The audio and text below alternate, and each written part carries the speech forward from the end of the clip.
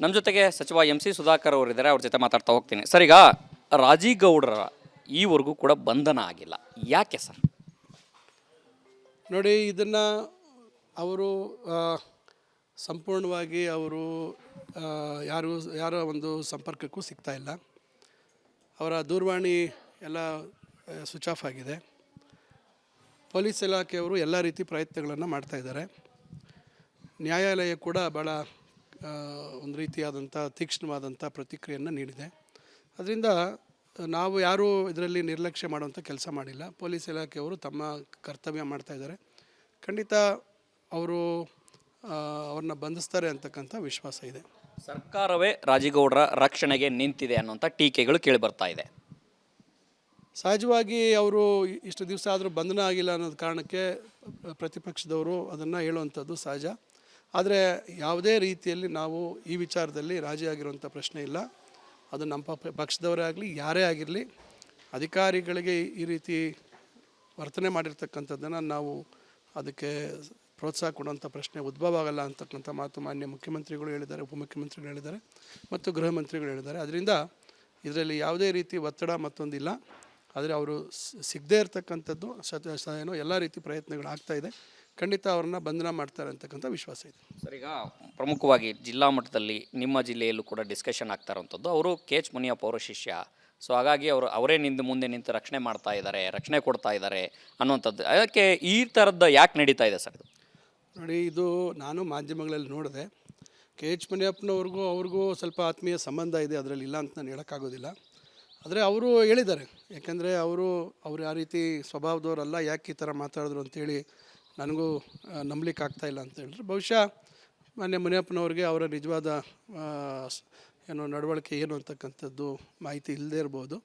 ಆದರೆ KH ಮುನಿಯಪ್ಪನವರು ಸಹ ಜವಾಬ್ದಾರಿಯುತವಾದ ಸ್ಥಾನದಲ್ಲಿರ್ತಕ್ಕಂಥವ್ರು. ಅವರು ನನಗೆ ತಿಳಿದಿದೆ, ಅವರು ಆ ರೀತಿಯಾಗಿ ಒಂದು ಪಕ್ಷಕ್ಕೆ ಮುಜುಗರ ಆಗ್ತಕ್ಕಂಥದ್ದು ಅಥವಾ ಒಂದು ಸರ್ಕಾರಕ್ಕೆ ಮುಜುಗರ ಆಗ್ತಕ್ಕಂಥ ಒಂದು ಅಧಿಕಾರಿಗಳ ಆತ್ಮಸ್ಥೈರ್ಯ ಕುಗ್ಸ್ತಕ್ಕಂಥ ಒಂದು ಪರಿಸ್ಥಿತಿಗಳಿಗೆ ಅವರು ಪ್ರೋತ್ಸಾಹ ಕೊಡಲ್ಲ ಅಂತಕ್ಕಂಥ ವಿಶ್ವಾಸ ನನಗಿದೆ. ಸರ್, ಈಗ ಸಾರ್ವಜನಿಕರಲ್ಲೀಗ ಅನುಮಾನ ಮೂಡ್ತಾ ಇದೆ, ಅಧಿಕಾರಿಗಳಲ್ಲೂ ಕೂಡ ಧೈರ್ಯ ಕಳೆದುಕೊಳ್ತಾ ಇದ್ದಾರೆ. ಸ್ವತಃ ಬೇರೆ ಬೇರೆ ಪ್ರಕರಣದಲ್ಲಿ ಮನಸ್ಸು ಮಾಡಿದರೆ ಪೊಲೀಸರು 24 ಗಂಟೆಯಲ್ಲಿ ಬಂಧನ ಮಾಡ್ತಾರೆ. ಈ ಪ್ರಕರಣದಲ್ಲಿ ಯಾಕೆ ಆಗ್ತಾ ಇಲ್ಲ ಅನ್ನೋದೇ ನೇರ ಪ್ರಶ್ನೆ ಸರ್. ನೋಡಿ, ಪೊಲೀಸ್ ಇಲಾಖೆಯವರು ಸತತ ಎಲ್ಲ ರೀತಿ ಪ್ರಯತ್ನ ಮಾಡ್ತಾಯಿದ್ದಾರೆ. ಆದರೆ ಇದು ಕೆಲವು ಸಂದರ್ಭಗಳಲ್ಲಿ ಅಕಸ್ಮಾತ್ ಕೆಲವು ಲೀಡ್ಸ್ ಸಿಕ್ಕಿ ಬಂಧನ ಆಗಿರ್ತಕ್ಕಂಥ ಉದಾಹರಣೆಗಳಿದ್ದಾವೆ, ಇಲ್ಲ ಅಂತಿಲ್ಲ.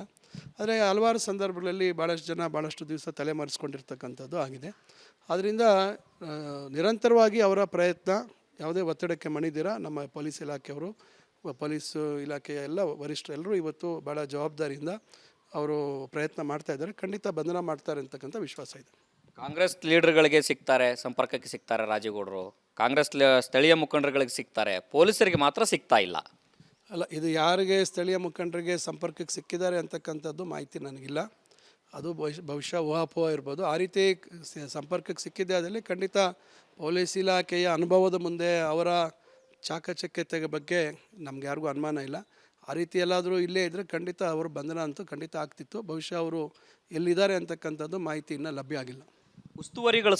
ಉಸ್ತುವಾರಿ ಸಚಿವರಾಗಿ ತಮ್ಮ ಜವಾಬ್ದಾರಿ ಏನು ಸರ್? ಇದರಲ್ಲಿ ತಮ್ಮ ಪಾತ್ರ ಏನು? ಯಾವ ರೀತಿ ನಿರ್ದೇಶನಗಳನ್ನು ಕೊಟ್ಟಿದ್ದೀರಿ ಅವರಿಗೆ?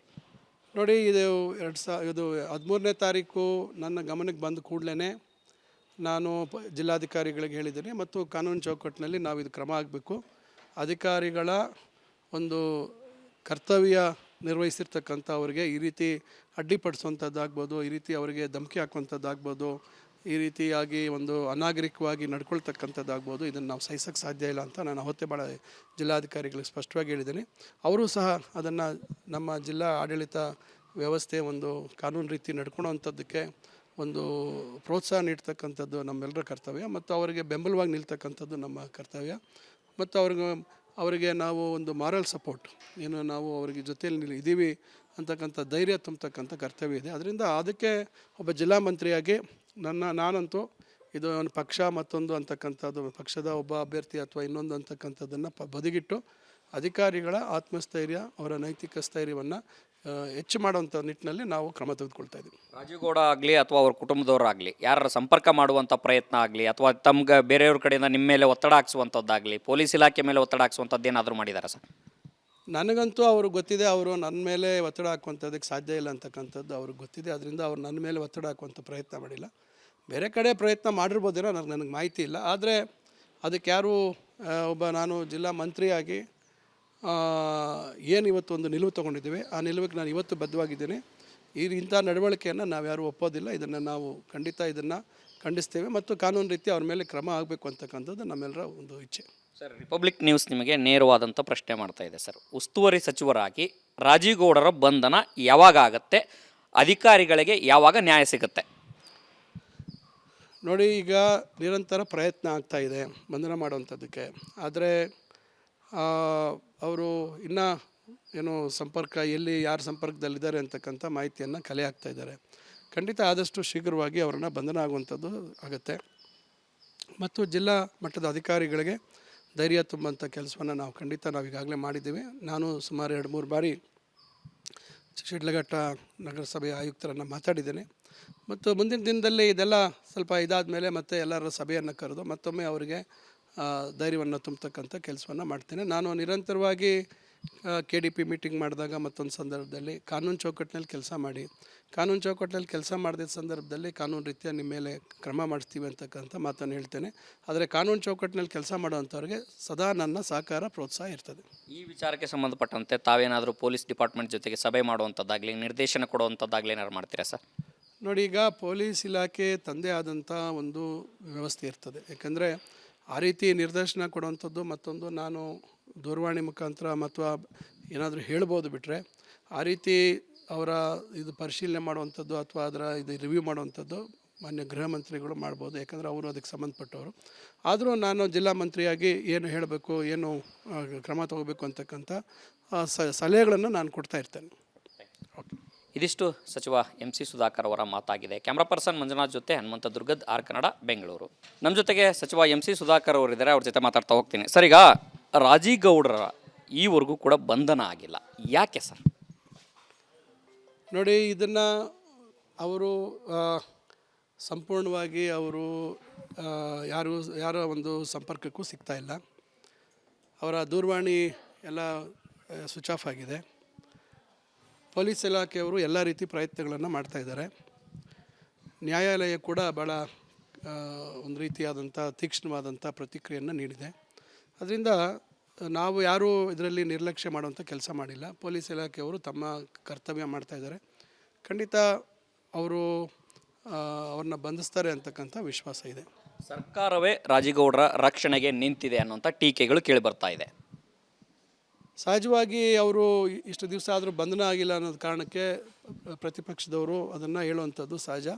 ಆದರೆ ಯಾವುದೇ ರೀತಿಯಲ್ಲಿ ನಾವು ಈ ವಿಚಾರದಲ್ಲಿ ರಾಜಿ ಆಗಿರುವಂಥ ಪ್ರಶ್ನೆ ಇಲ್ಲ. ಅದು ನಮ್ಮ ಪಕ್ಷದವರೇ ಆಗಲಿ, ಯಾರೇ ಆಗಿರಲಿ, ಅಧಿಕಾರಿಗಳಿಗೆ ಈ ರೀತಿ ವರ್ತನೆ ಮಾಡಿರ್ತಕ್ಕಂಥದ್ದನ್ನು ನಾವು ಅದಕ್ಕೆ ಪ್ರೋತ್ಸಾಹ ಕೊಡುವಂಥ ಪ್ರಶ್ನೆ ಉದ್ಭವ ಆಗಲ್ಲ ಅಂತಕ್ಕಂಥ ಮಾತು ಮಾನ್ಯ ಮುಖ್ಯಮಂತ್ರಿಗಳು ಹೇಳಿದ್ದಾರೆ, ಉಪಮುಖ್ಯಮಂತ್ರಿಗಳು ಹೇಳಿದ್ದಾರೆ ಮತ್ತು ಗೃಹ ಮಂತ್ರಿಗಳು ಹೇಳಿದ್ದಾರೆ. ಅದರಿಂದ ಇದರಲ್ಲಿ ಯಾವುದೇ ರೀತಿ ಒತ್ತಡ ಮತ್ತೊಂದಿಲ್ಲ. ಆದರೆ ಅವರು ಸಿಗದೇ ಇರತಕ್ಕಂಥದ್ದು ಎಲ್ಲ ರೀತಿ ಪ್ರಯತ್ನಗಳು ಆಗ್ತಾಯಿದೆ. ಖಂಡಿತ ಅವ್ರನ್ನ ಬಂಧನ ಮಾಡ್ತಾರೆ ಅಂತಕ್ಕಂಥ ವಿಶ್ವಾಸ ಇದೆ. ಸರ್, ಈಗ ಪ್ರಮುಖವಾಗಿ ಜಿಲ್ಲಾ ಮಟ್ಟದಲ್ಲಿ ನಿಮ್ಮ ಜಿಲ್ಲೆಯಲ್ಲೂ ಕೂಡ ಡಿಸ್ಕಷನ್ ಆಗ್ತಾ ಇರುವಂಥದ್ದು, ಅವರು KH ಮುನಿಯಪ್ಪ ಅವರ ಶಿಷ್ಯ. ಸೊ ಹಾಗಾಗಿ ಅವರೇ ಮುಂದೆ ನಿಂತು ರಕ್ಷಣೆ ಮಾಡ್ತಾ ಇದ್ದಾರೆ, ರಕ್ಷಣೆ ಕೊಡ್ತಾ ಇದ್ದಾರೆ ಅನ್ನುವಂಥದ್ದು. ಅದಕ್ಕೆ ಈ ಥರದ್ದು ಯಾಕೆ ನಡೀತಾ ಇದೆ ಸರ್? ನೋಡಿ, ಇದು ನಾನು ಮಾಧ್ಯಮಗಳಲ್ಲಿ ನೋಡಿದೆ. KH ಮುನಿಯಪ್ಪನವ್ರಿಗೂ ಸ್ವಲ್ಪ ಆತ್ಮೀಯ ಸಂಬಂಧ ಇದೆ, ಅದರಲ್ಲಿ ಇಲ್ಲ ಅಂತ ನಾನು ಹೇಳೋಕ್ಕಾಗೋದಿಲ್ಲ. ಆದರೆ ಅವರು ಹೇಳಿದ್ದಾರೆ, ಯಾಕಂದರೆ ಅವರು ಆ ರೀತಿ ಸ್ವಭಾವದವರಲ್ಲ, ಯಾಕೆ ಈ ಥರ ಮಾತಾಡಿದ್ರು ಅಂತೇಳಿ ನನಗೂ ನಂಬಲಿಕ್ಕೆ ಆಗ್ತಾಯಿಲ್ಲ ಅಂತ ಹೇಳಿದ್ರು. ಬಹುಶಃ ಮಾನ್ಯ ಮುನಿಯಪ್ಪನವ್ರಿಗೆ ಅವರ ನಿಜವಾದ ನಡವಳಿಕೆ ಏನು ಅಂತಕ್ಕಂಥದ್ದು ಮಾಹಿತಿ ಇಲ್ಲದೇ ಇರ್ಬೋದು. ಆದರೆ KH ಮುನಿಯಪ್ಪನವರು ಸಹ ಜವಾಬ್ದಾರಿಯುತವಾದ ಸ್ಥಾನದಲ್ಲಿರ್ತಕ್ಕಂಥವ್ರು.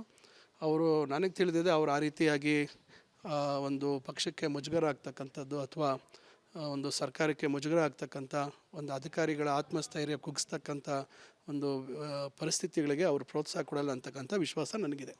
ಸರ್, ಈಗ ಸಾರ್ವಜನಿಕರಲ್ಲೀಗ ಅನುಮಾನ ಮೂಡ್ತಾ ಇದೆ, ಅಧಿಕಾರಿಗಳಲ್ಲೂ ಕೂಡ ಧೈರ್ಯ ಕಳೆದುಕೊಳ್ತಾ ಇದ್ದಾರೆ. ಸ್ವತಃ ಬೇರೆ ಬೇರೆ ಪ್ರಕರಣದಲ್ಲಿ ಮನಸ್ಸು ಮಾಡಿದರೆ ಪೊಲೀಸರು 24 ಗಂಟೆಯಲ್ಲಿ ಬಂಧನ ಮಾಡ್ತಾರೆ. ಈ ಪ್ರಕರಣದಲ್ಲಿ ಯಾಕೆ ಆಗ್ತಾ ಇಲ್ಲ ಅನ್ನೋದೇ ನೇರ ಪ್ರಶ್ನೆ ಸರ್. ನೋಡಿ, ಪೊಲೀಸ್ ಇಲಾಖೆಯವರು ಸತತ ಎಲ್ಲ ರೀತಿ ಪ್ರಯತ್ನ ಮಾಡ್ತಾಯಿದ್ದಾರೆ. ಆದರೆ ಇದು ಕೆಲವು ಸಂದರ್ಭಗಳಲ್ಲಿ ಅಕಸ್ಮಾತ್ ಕೆಲವು ಲೀಡ್ಸ್ ಸಿಕ್ಕಿ ಬಂಧನ ಆಗಿರ್ತಕ್ಕಂಥ ಉದಾಹರಣೆಗಳಿದ್ದಾವೆ, ಇಲ್ಲ ಅಂತಿಲ್ಲ. ಆದರೆ ಹಲವಾರು ಸಂದರ್ಭಗಳಲ್ಲಿ ಭಾಳಷ್ಟು ಜನ ಭಾಳಷ್ಟು ದಿವಸ ತಲೆಮರೆಸ್ಕೊಂಡಿರ್ತಕ್ಕಂಥದ್ದು ಆಗಿದೆ. ಆದ್ದರಿಂದ ನಿರಂತರವಾಗಿ ಅವರ ಪ್ರಯತ್ನ, ಯಾವುದೇ ಒತ್ತಡಕ್ಕೆ ಮಣಿದಿರ ನಮ್ಮ ಪೊಲೀಸ್ ಇಲಾಖೆಯವರು, ಪೊಲೀಸ್ ಇಲಾಖೆಯ ಎಲ್ಲ ವರಿಷ್ಠರೆಲ್ಲರೂ ಇವತ್ತು ಭಾಳ ಜವಾಬ್ದಾರಿಯಿಂದ ಅವರು ಪ್ರಯತ್ನ ಮಾಡ್ತಾ ಇದ್ದಾರೆ. ಖಂಡಿತ ಬಂಧನ ಮಾಡ್ತಾರೆ ಅಂತಕ್ಕಂಥ ವಿಶ್ವಾಸ ಇದೆ. ಕಾಂಗ್ರೆಸ್ ಲೀಡರ್ಗಳಿಗೆ ಸಿಗ್ತಾರೆ, ಸಂಪರ್ಕಕ್ಕೆ ಸಿಗ್ತಾರೆ ರಾಜೇಗೌಡರು, ಕಾಂಗ್ರೆಸ್ ಸ್ಥಳೀಯ ಮುಖಂಡರುಗಳಿಗೆ ಸಿಗ್ತಾರೆ, ಪೊಲೀಸರಿಗೆ ಮಾತ್ರ ಸಿಗ್ತಾ ಇಲ್ಲ. ಅಲ್ಲ, ಇದು ಯಾರಿಗೆ ಸ್ಥಳೀಯ ಮುಖಂಡರಿಗೆ ಸಂಪರ್ಕಕ್ಕೆ ಸಿಕ್ಕಿದ್ದಾರೆ ಅಂತಕ್ಕಂಥದ್ದು ಮಾಹಿತಿ ನನಗಿಲ್ಲ. ಅದು ಬಹುಶಃ ಊಹಾಪೋಹ ಇರ್ಬೋದು. ಆ ರೀತಿ ಸಂಪರ್ಕಕ್ಕೆ ಸಿಕ್ಕಿದ್ದೆ ಆದಲ್ಲಿ ಖಂಡಿತ ಪೊಲೀಸ್ ಇಲಾಖೆಯ ಅನುಭವದ ಮುಂದೆ ಅವರ ಚಾಕಚಕ್ಯತೆಯ ಬಗ್ಗೆ ನಮ್ಗೆ ಯಾರಿಗೂ ಅನುಮಾನ ಇಲ್ಲ. ಆ ರೀತಿ ಎಲ್ಲಾದರೂ ಇಲ್ಲೇ ಇದ್ದರೆ ಖಂಡಿತ ಅವರು ಬಂಧನ ಅಂತೂ ಖಂಡಿತ ಆಗ್ತಿತ್ತು. ಬಹುಶಃ ಅವರು ಎಲ್ಲಿದ್ದಾರೆ ಅಂತಕ್ಕಂಥದ್ದು ಮಾಹಿತಿ ಇನ್ನೂ ಲಭ್ಯ ಆಗಿಲ್ಲ. ಉಸ್ತುವಾರಿ ಸಚಿವರಾಗಿ ತಮ್ಮ ಜವಾಬ್ದಾರಿ ಏನು ಸರ್? ಇದರಲ್ಲಿ ತಮ್ಮ ಪಾತ್ರ ಏನು? ಯಾವ ರೀತಿ ನಿರ್ದೇಶನಗಳನ್ನು ಕೊಟ್ಟಿದ್ದೀರಿ ಅವರಿಗೆ? ನೋಡಿ, ಇದು 13ನೇ ತಾರೀಕು ನನ್ನ ಗಮನಕ್ಕೆ ಬಂದ ಕೂಡಲೇ ನಾನು ಜಿಲ್ಲಾಧಿಕಾರಿಗಳಿಗೆ ಹೇಳಿದ್ದೀನಿ ಮತ್ತು ಕಾನೂನು ಚೌಕಟ್ಟಿನಲ್ಲಿ ನಾವು ಇದು ಕ್ರಮ ಆಗಬೇಕು. ಅಧಿಕಾರಿಗಳ ಒಂದು ಕರ್ತವ್ಯ ನಿರ್ವಹಿಸಿರ್ತಕ್ಕಂಥ ಅವರಿಗೆ ಈ ರೀತಿ ಅಡ್ಡಿಪಡಿಸುವಂಥದ್ದಾಗ್ಬೋದು, ಈ ರೀತಿ ಅವರಿಗೆ ಧಮಕಿ ಹಾಕುವಂಥದ್ದಾಗ್ಬೋದು, ಈ ರೀತಿಯಾಗಿ ಒಂದು ಅನಾಗರಿಕವಾಗಿ ನಡ್ಕೊಳ್ತಕ್ಕಂಥದ್ದಾಗ್ಬೋದು, ಇದನ್ನು ನಾವು ಸಹಿಸೋಕ್ಕೆ ಸಾಧ್ಯ ಇಲ್ಲ ಅಂತ ನಾನು ಅವತ್ತೇ ಭಾಳ ಜಿಲ್ಲಾಧಿಕಾರಿಗಳಿಗೆ ಸ್ಪಷ್ಟವಾಗಿ ಹೇಳಿದ್ದೀನಿ. ಅವರು ಸಹ ಅದನ್ನು ನಮ್ಮ ಜಿಲ್ಲಾ ಆಡಳಿತ ವ್ಯವಸ್ಥೆ ಒಂದು ಕಾನೂನು ರೀತಿ ನಡ್ಕೊಳೋವಂಥದ್ದಕ್ಕೆ ಒಂದು ಪ್ರೋತ್ಸಾಹ ನೀಡ್ತಕ್ಕಂಥದ್ದು ನಮ್ಮೆಲ್ಲರ ಕರ್ತವ್ಯ ಮತ್ತು ಅವರಿಗೆ ಬೆಂಬಲವಾಗಿ ನಿಲ್ತಕ್ಕಂಥದ್ದು ನಮ್ಮ ಕರ್ತವ್ಯ. ಮತ್ತು ಅವರಿಗೆ ನಾವು ಒಂದು ಮಾರಲ್ ಸಪೋರ್ಟ್ ಏನು, ನಾವು ಅವರಿಗೆ ಜೊತೆಯಲ್ಲಿ ಇದ್ದೀವಿ ಅಂತಕ್ಕಂಥ ಧೈರ್ಯ ತುಂಬತಕ್ಕಂಥ ಕರ್ತವ್ಯ ಇದೆ. ಅದರಿಂದ ಅದಕ್ಕೆ ಒಬ್ಬ ಜಿಲ್ಲಾ ಮಂತ್ರಿಯಾಗಿ ನಾನಂತೂ ಇದು ಒಂದು ಪಕ್ಷ ಮತ್ತೊಂದು ಅಂತಕ್ಕಂಥದ್ದು, ಪಕ್ಷದ ಒಬ್ಬ ಅಭ್ಯರ್ಥಿ ಅಥವಾ ಇನ್ನೊಂದು ಅಂತಕ್ಕಂಥದ್ದನ್ನು ಬದಿಗಿಟ್ಟು ಅಧಿಕಾರಿಗಳ ಆತ್ಮಸ್ಥೈರ್ಯ, ಅವರ ನೈತಿಕ ಸ್ಥೈರ್ಯವನ್ನು ಹೆಚ್ಚು ಮಾಡುವಂಥ ನಿಟ್ಟಿನಲ್ಲಿ ನಾವು ಕ್ರಮ ತೆಗೆದುಕೊಳ್ತಾ ಇದ್ದೀವಿ. ರಾಜೇಗೌಡ ಆಗಲಿ ಅಥವಾ ಅವ್ರ ಕುಟುಂಬದವರಾಗಲಿ ಯಾರ ಸಂಪರ್ಕ ಮಾಡುವಂಥ ಪ್ರಯತ್ನ ಆಗಲಿ ಅಥವಾ ತಮ್ಗೆ ಬೇರೆಯವ್ರ ಕಡೆಯಿಂದ ನಿಮ್ಮ ಮೇಲೆ ಒತ್ತಡ ಹಾಕ್ಸುವಂಥದ್ದಾಗಲಿ, ಪೊಲೀಸ್ ಇಲಾಖೆ ಮೇಲೆ ಒತ್ತಡ ಹಾಕ್ಸುವಂಥದ್ದು ಏನಾದರೂ ಮಾಡಿದ್ದಾರೆ ಸರ್? ನನಗಂತೂ ಅವ್ರಿಗೆ ಗೊತ್ತಿದೆ, ಅವರು ನನ್ನ ಮೇಲೆ ಒತ್ತಡ ಹಾಕುವಂಥದ್ದಕ್ಕೆ ಸಾಧ್ಯ ಇಲ್ಲ ಅಂತಕ್ಕಂಥದ್ದು ಅವ್ರಿಗೆ ಗೊತ್ತಿದೆ. ಅದರಿಂದ ಅವ್ರು ನನ್ನ ಮೇಲೆ ಒತ್ತಡ ಹಾಕುವಂಥ ಪ್ರಯತ್ನ ಮಾಡಿಲ್ಲ. ಬೇರೆ ಕಡೆ ಪ್ರಯತ್ನ ಮಾಡಿರ್ಬೋದೇನೋ, ನನಗೆ ಮಾಹಿತಿ ಇಲ್ಲ. ಆದರೆ ಅದಕ್ಕೆ ಯಾರು ನಾನು ಜಿಲ್ಲಾ ಮಂತ್ರಿಯಾಗಿ ಏನು ಇವತ್ತು ಒಂದು ನಿಲುವು ತೊಗೊಂಡಿದ್ದೀವಿ, ಆ ನಿಲುವಿಗೆ ನಾನು ಇವತ್ತು ಬದ್ಧವಾಗಿದ್ದೀನಿ. ಇಂಥ ನಡವಳಿಕೆಯನ್ನು ನಾವು ಯಾರೂ ಒಪ್ಪೋದಿಲ್ಲ. ಇದನ್ನು ನಾವು ಖಂಡಿತ ಇದನ್ನು ಖಂಡಿಸ್ತೇವೆ ಮತ್ತು ಕಾನೂನು ರೀತಿ ಅವ್ರ ಮೇಲೆ ಕ್ರಮ ಆಗಬೇಕು ಅಂತಕ್ಕಂಥದ್ದು ನಮ್ಮೆಲ್ಲರ ಒಂದು ಇಚ್ಛೆ. ಸರ್, ರಿಪಬ್ಲಿಕ್ ನ್ಯೂಸ್ ನಿಮಗೆ ನೇರವಾದಂಥ ಪ್ರಶ್ನೆ ಮಾಡ್ತಾ ಇದೆ ಸರ್. ಉಸ್ತುವಾರಿ ಸಚಿವರಾಗಿ ರಾಜೇಗೌಡರ ಬಂಧನ ಯಾವಾಗ ಆಗುತ್ತೆ? ಅಧಿಕಾರಿಗಳಿಗೆ ಯಾವಾಗ ನ್ಯಾಯ ಸಿಗುತ್ತೆ? ನೋಡಿ, ಈಗ ನಿರಂತರ ಪ್ರಯತ್ನ ಆಗ್ತಾಯಿದೆ ಬಂಧನ ಮಾಡುವಂಥದ್ದಕ್ಕೆ.